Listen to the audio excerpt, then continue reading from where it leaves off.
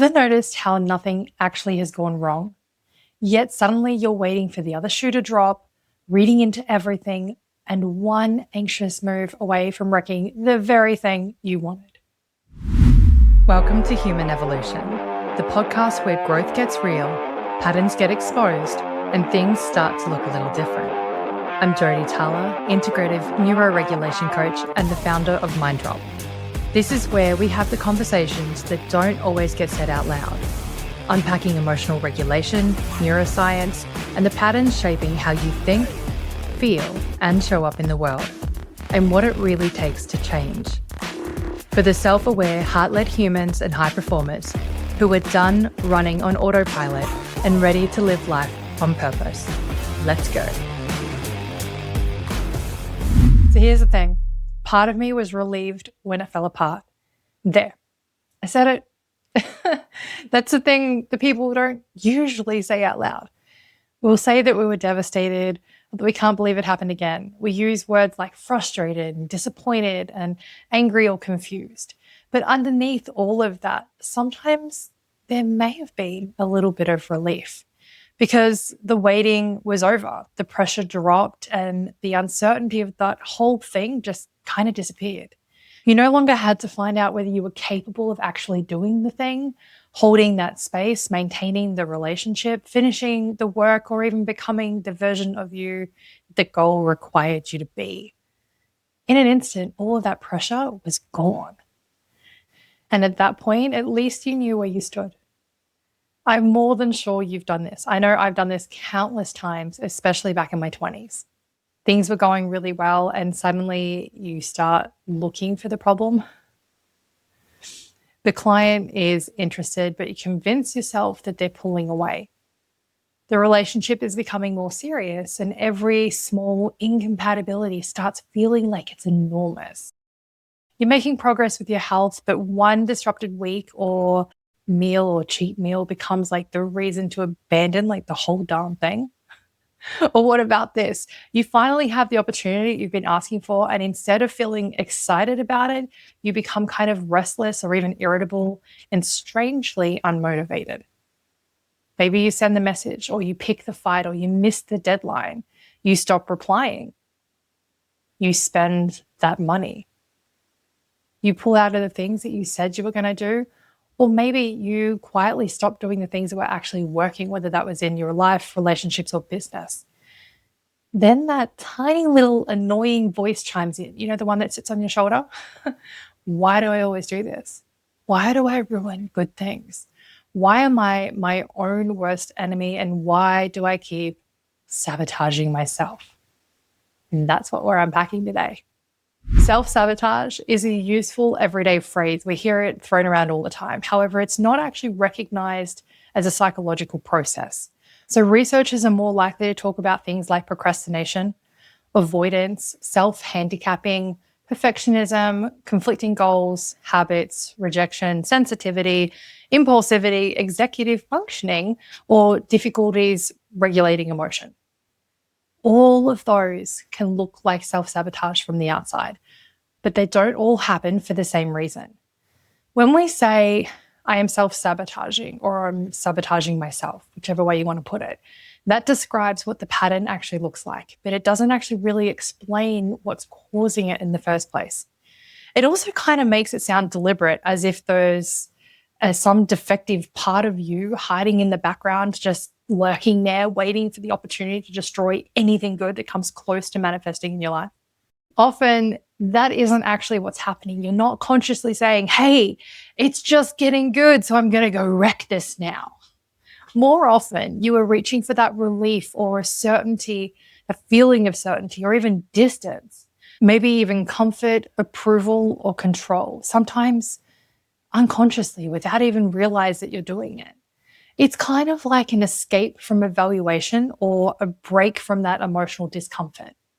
And that behavior may work against your longer term goals while still solving an immediate problem that your body and your nervous system is currently undergoing. So until we understand the problem it's solving and choose an intervention or a protocol or modality that actually matches it, Simply telling yourself to stop sabotaging yourself won't actually do much. I want to take one of these moments and I want to slow it down, write down, because when it unfolds across a day or two and you're right in the middle of it, like the thick of it, you don't get to see the full shape of the pattern and how it plays out. So say there is something really good in front of you, like let's go with a client conversation that's been building for a few weeks and you know it's going somewhere good. They're really keen and you're excited about it. You know it's a great fit. And every reply so far has been warm and it's like you know that it's going to go the way that you want it to, right? And it's so close now. It's just days away from becoming real. You might notice that your body is more tense and tight and your 8-hour a night sleep pattern you finally nailed just starts disappearing. You read their last message, say 4 times, and you're looking for the thing that's not actually in it. Something sits in the background all day, but you can't quite put your finger on it. And if someone said what was wrong, you probably wouldn't know what to say. You'd probably say, nothing much is wrong at all, because nothing has actually happened yet. And these things are happening because, say, your client takes 2 days or 3 days to reply instead of the usual one. So you're getting kind of like itchy, you're getting anxious, and that little voice in your shoulder is running a bunch of different scenarios through your head. So you sit down and you write an email, and you know the one, you know how it goes, something like this. It's like, hey, I get the sense that this might not be the right fit for you right now. That's absolutely no hard feelings. If you would rather leave it here, or something to that effect, right? It feels reasonable in the moment, actually generous.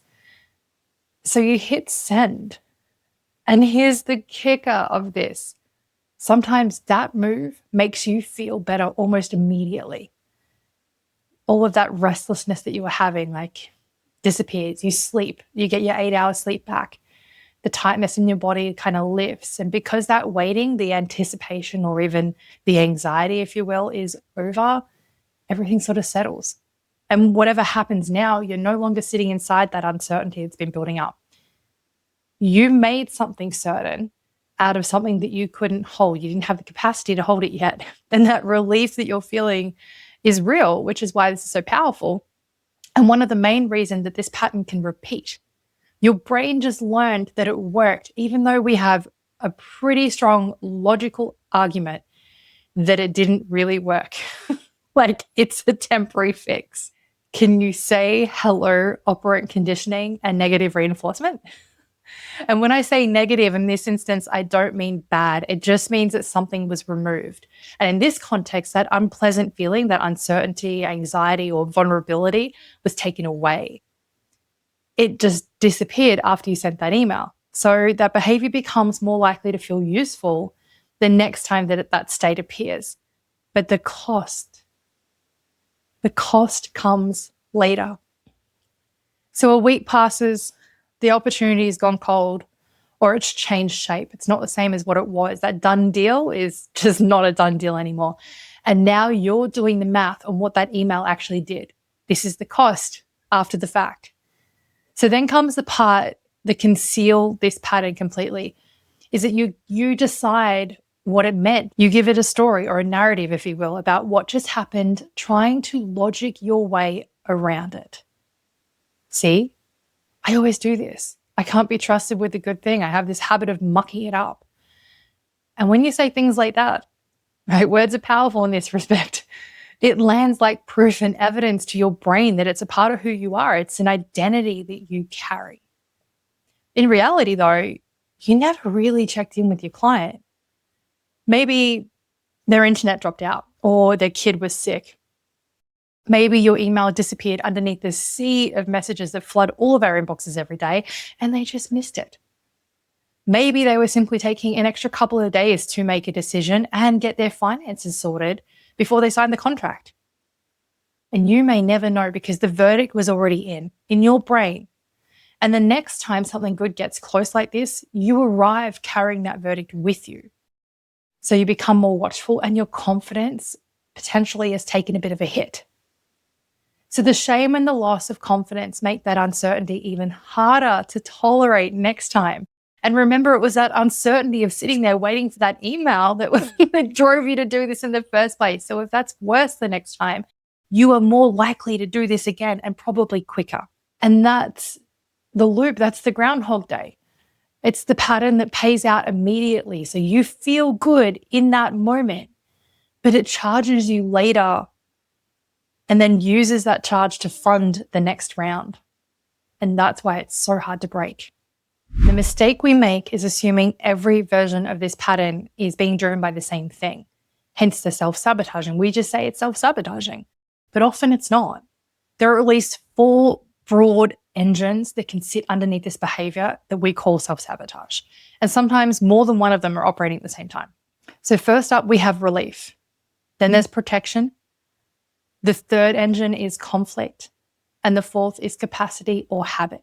That relief in the client email example is exactly what researchers studying procrastination and emotional regulation have been describing. Psychologist Piers Steele pulled together hundreds of findings on procrastination in a major 2007 meta-analysis. He found that procrastination was strongly connected with things like task aversiveness, distractibility, impulsivity, distant deadlines, and low confidence in your ability to actually perform the task. In other words, the more unpleasant, unclear, overwhelming, or far away that task feels, the easier it becomes to choose something that feels better now, in the moment. Psychologists Fuchsia Serwa and Timothy Pitchell took this even further, arguing that procrastination is often less about poor time management and more about short-term mood regulation. You're not necessarily avoiding the deadline, you're avoiding the feeling that the task actually creates now. You might understand the consequences perfectly, but the future consequences still has to compete with the relief that's available immediately. And the present version of you gets comfort, and that future version of you gets the deadline. The shame of avoiding it makes the task feel worse the next time round, and round and round and round you go. The answer here is not simply just better motivation. It is increasing your ability to experience that uncomfortable state without immediately using the familiar escape route. It doesn't mean sitting there in extreme distress or forcing yourself through it. It's a different thing. It means creating enough capacity to stay present, to take a smaller action and discover that discomfort doesn't always require an emergency response. You can hang on a little longer before you send that email. Or the content of the email is different. Sometimes the behavior is protecting more than your emotional state. It's protecting what the outcome might actually say about you. This is where a research concept called self-handicapping comes in. Psychologists Stephen Berglas and Edward Jones first demonstrated self-handicapping experimentally in the late 1970s. So self-handicapping describes what happens when somebody creates or claims an obstacle before they are evaluated, so that if things go badly, the failure can be blamed on the obstacle rather than on their own ability. So say you don't prepare properly. You stay up all night, you tell everyone that you've barely looked at the work. Now, if the result is poor, you have an explanation for it. Of course I went badly, I didn't prepare. And that may feel less threatening than I tried as hard as I could and it still wasn't good enough. And if you do well despite the obstacle, you get another payoff. I achieved that without even trying properly. Where are my uni students at? Ever pulled off a last minute paper and it went way better than expected? Like sometimes even better than what you would do if you had have taken the time and planned it out and been done like way in advance. So either way, the belief about your potential gets some protection of this, but your actual performance can pay the price. A 2014 meta-analysis by Malte Schwinger and his colleagues looked at 36 studies involving more than 25,000 students, and they found that self-handicapping was linked with poorer academic achievement. So in academic settings, the short-term protection was associated with poorer achievement. And that strategy may protect the story about your ability while interfering with the performance itself. This is also where some forms of perfectionism fit. Not high standards on their own, but high standards can support good work. The more difficult form of perfectionism is the one that's built around the fear of mistakes, harsh self-judgment, doubt, and the belief that anything less than exceptional says something terrible about you. A meta-analysis by Fuchsia Serwa and her colleagues, this is a separate one, found that perfectionistic concerns were positively connected with procrastination, whilst perfectionistic striving or high standards had the opposite relationship. So it is not necessarily like I care too much about doing this well. It's more often I can't tolerate what doing this imperfectly might mean. You endlessly prepare, you restart the thing 1,000 times over. You refuse to release the work. How many entrepreneurs are in the room right now? Because that's a big one. You turn a straightforward task into a gigantic production, or you abandon the whole plan after one imperfect day. If the work is never truly finished, it never receives a final verdict.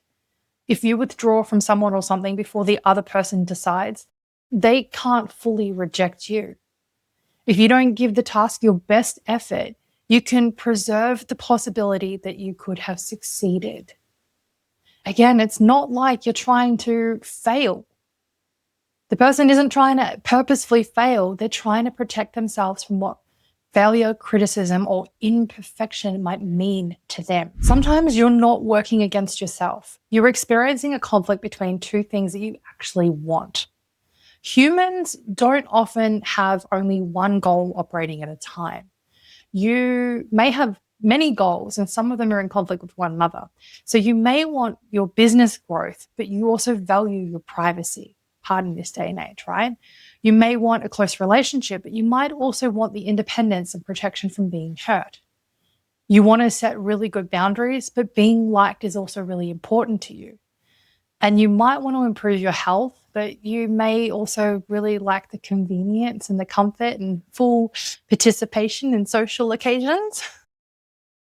Or even if you want to rest, you might have built your identity around being useful and productive and dependable. The research on goal conflict supports this idea that competing goals can actually create real psychological strain.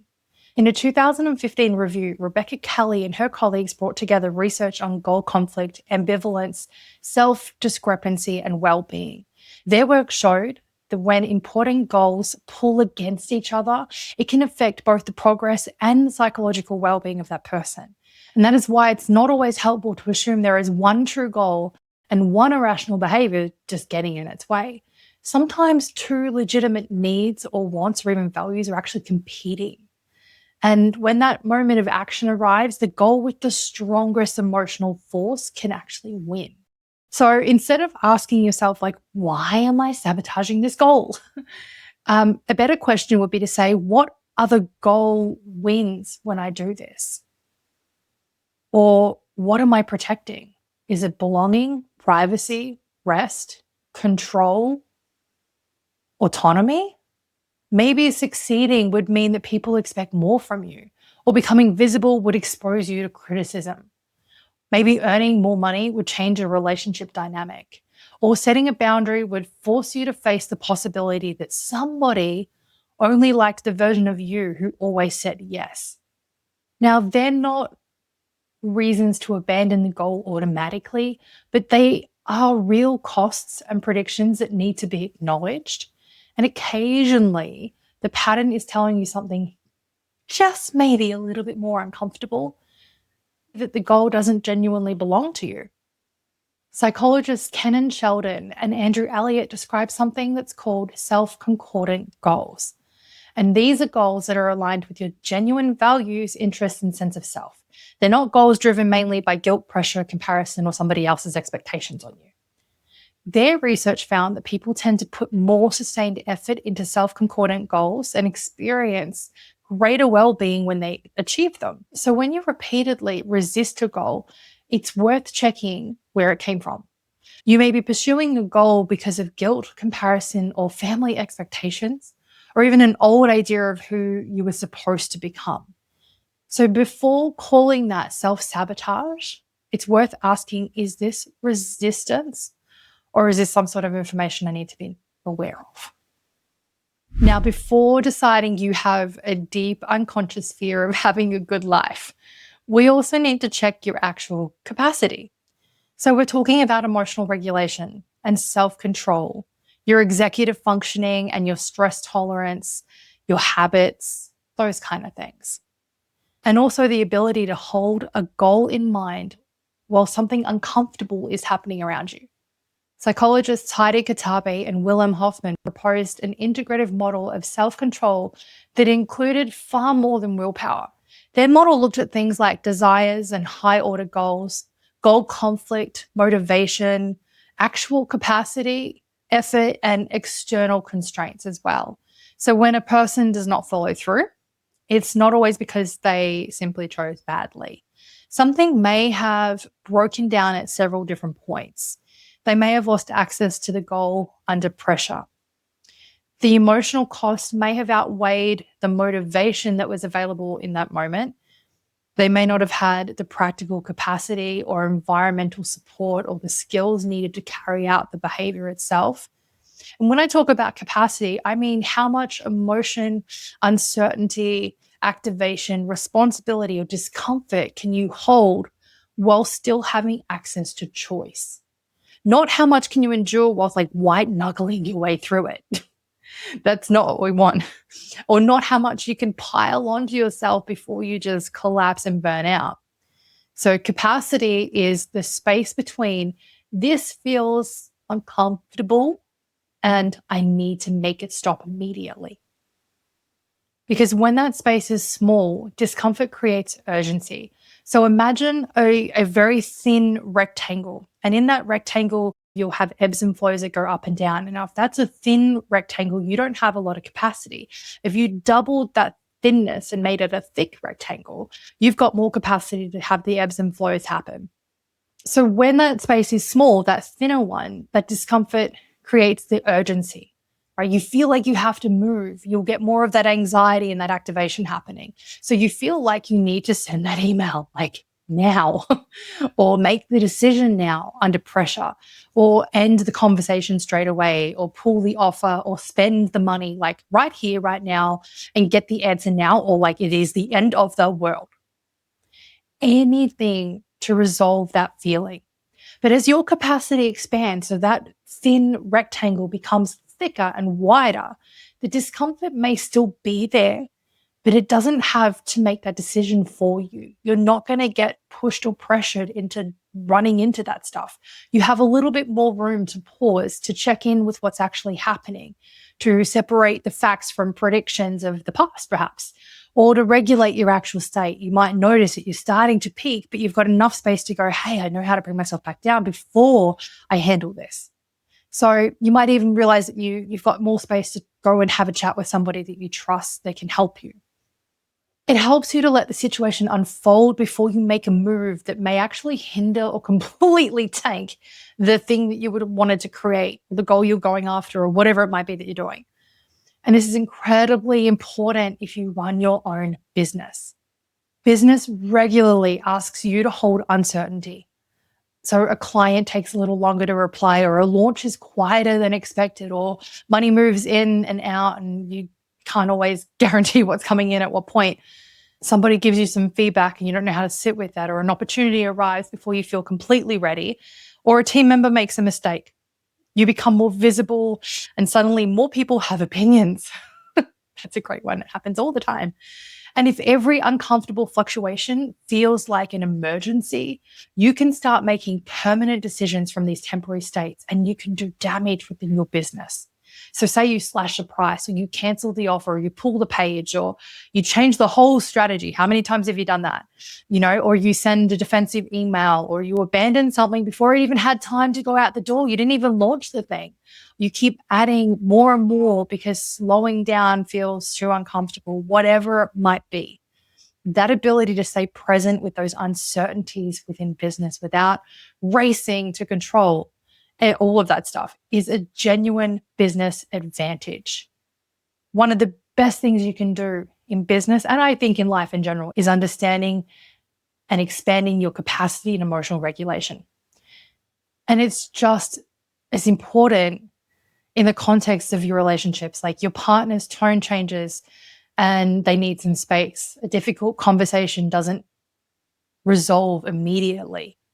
You set a boundary and you have to sit with the possibility that the other person might not like it. You feel exposed after telling somebody what you actually need. A bit of vulnerability in there.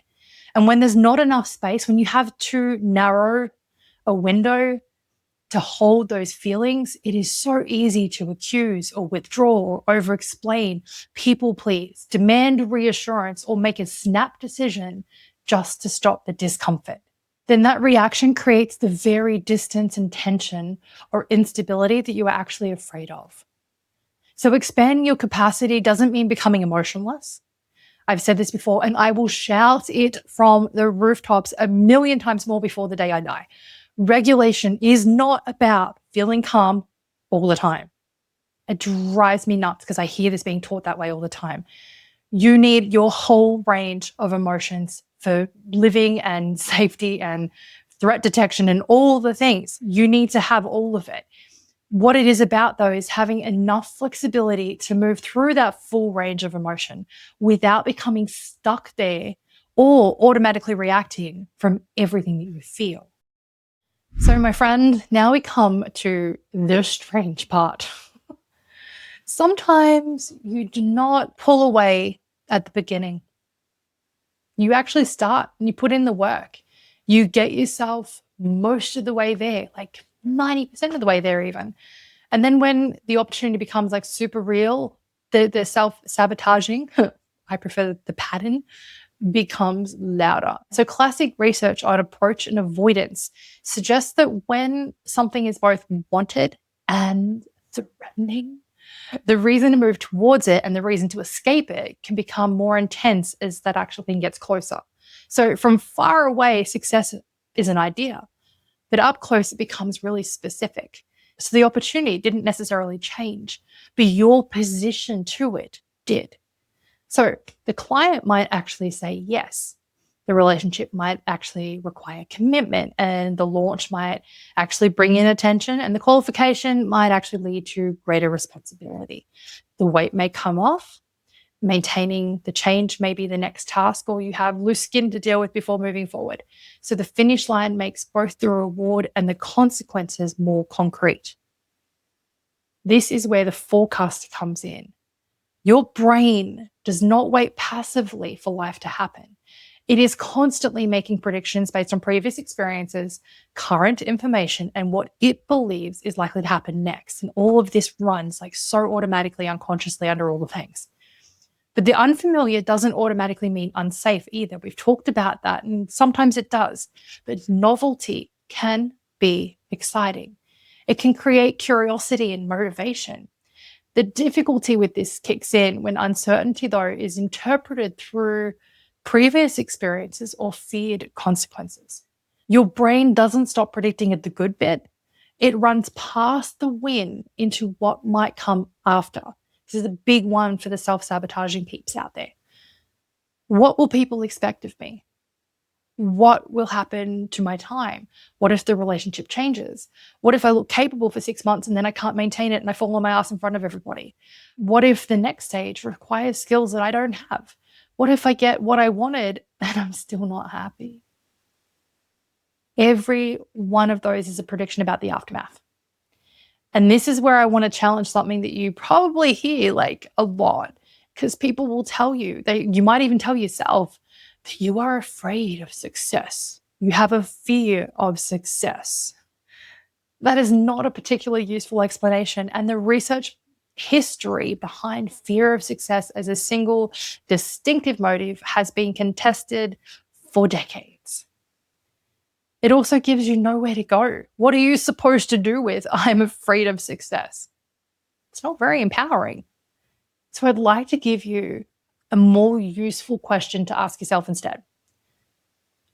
What specific consequences of success have I predicted, or am I predicting?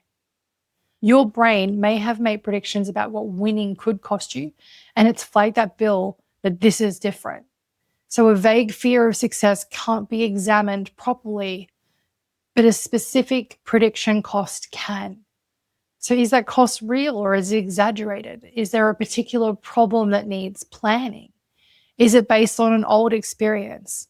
Is it something you're genuinely unwilling to trade? Those kind of questions now give us something to work with. Like I said in the beginning, there is no single self-sabotage intervention because there is no single self-sabotage mechanism. We've seen that now.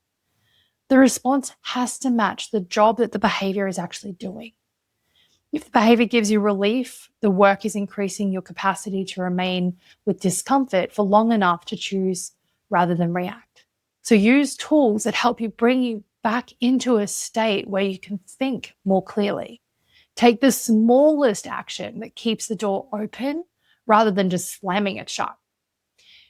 If the behavior is protecting your self-worth, begin separating the outcome from your identity. So a piece of work can fail without you being a failure.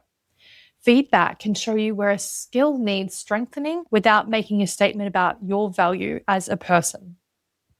If perfection is driving it, define your good enough parameters before you begin. We've talked about this in a previous episode as well. So decide what finished actually means, place a limit on the preparation, separate drafting from editing, and don't allow one imperfect moment to become a verdict on like the entire goal. If a goal conflict is driving this self-sabotage, then name both sides. What does the goal give you? What might it cost? Which trade-offs are real and which ones can be designed around? Which ones are you willing to accept? And which ones reveal that the goal or the way you are pursuing it needs to change?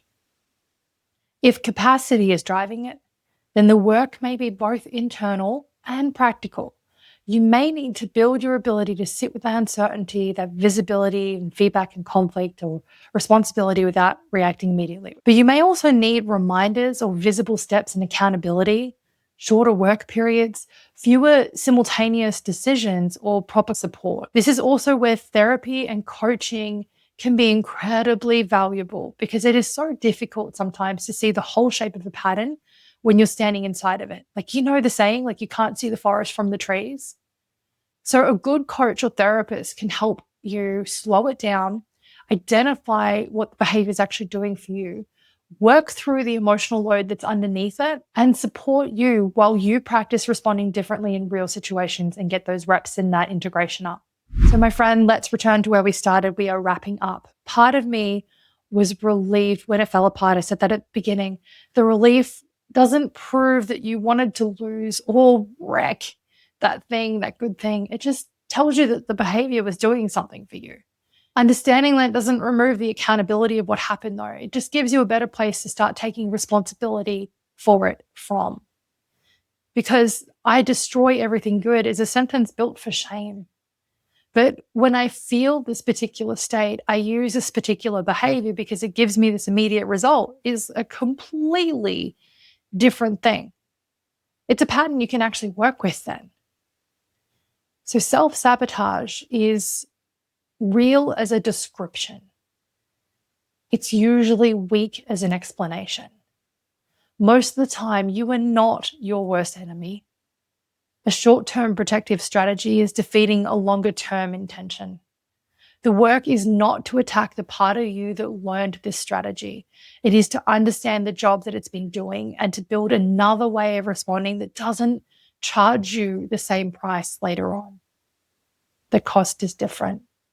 Because once you can see what the behavior is actually doing and not judge what it eventually costs you, you actually have a space where you can start and create that change. Awareness is the beginning. You don't have to do this work alone. If you want support recognizing these patterns, expanding your capacity and responding differently, you can work with me through either Inner Spark or Sonic Success. And if you're wanting something a little lighter, jump into the Glow Up Gazette. It's our weekly newsletter from Mind Drop HQ for the practical mindset and nervous system tools. And you get the cool aha moments and some behind the scenes stuff as well. You also go into the draw to win a wellness goodie pack every month. You'll find all the details along with all of today's research in this episode's show notes. See you next week. Hey, my beautiful friend. Thanks for hanging out and listening to today's episode. If you want to keep the momentum going, head over to minddrophq.com/podcast. It's where all the tools, resources, and gold from the show are kept, so your growth doesn't stop when the episode ends. If this episode sparks something in you, share it with a friend or someone who needs to hear this. The more people having these conversations, the bigger the ripple we create. And if you haven't already, hit subscribe so you never miss an episode. It really means the world. Until next time, keep being your gorgeous, unstoppable self.